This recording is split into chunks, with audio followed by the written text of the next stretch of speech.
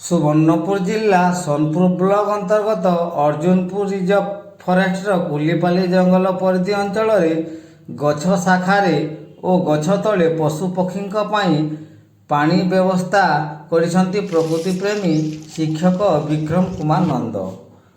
ବଢ଼ୁଥିବା ଗ୍ରୀଷ୍ମ ପ୍ରବାହକୁ ଦୃଷ୍ଟିରେ ରଖି ବିଶ୍ୱ ଜଳ ଦିବସରେ ପଶୁପକ୍ଷୀଙ୍କ ପାଇଁ ଏହିପରି ବ୍ୟବସ୍ଥା କରାଯାଇଛି।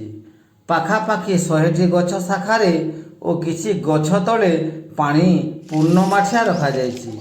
କୁଲିପାଲି ଗ୍ରାମର ସ୍ୱେଚ୍ଛାସେବୀ ବିକାଶ ରଥ, ବ୍ୟାସଦେବ ନନ୍ଦ, ମଧୁସୂଦନ ରଥ, ପ୍ରଶାନ୍ତ ପ୍ରଧାନ ପ୍ରମୁଖ ବ୍ୟକ୍ତିବିଶେଷ ଏହି କାର୍ଯ୍ୟକ୍ରମରେ ସହଯୋଗ କରିଥିଲେ।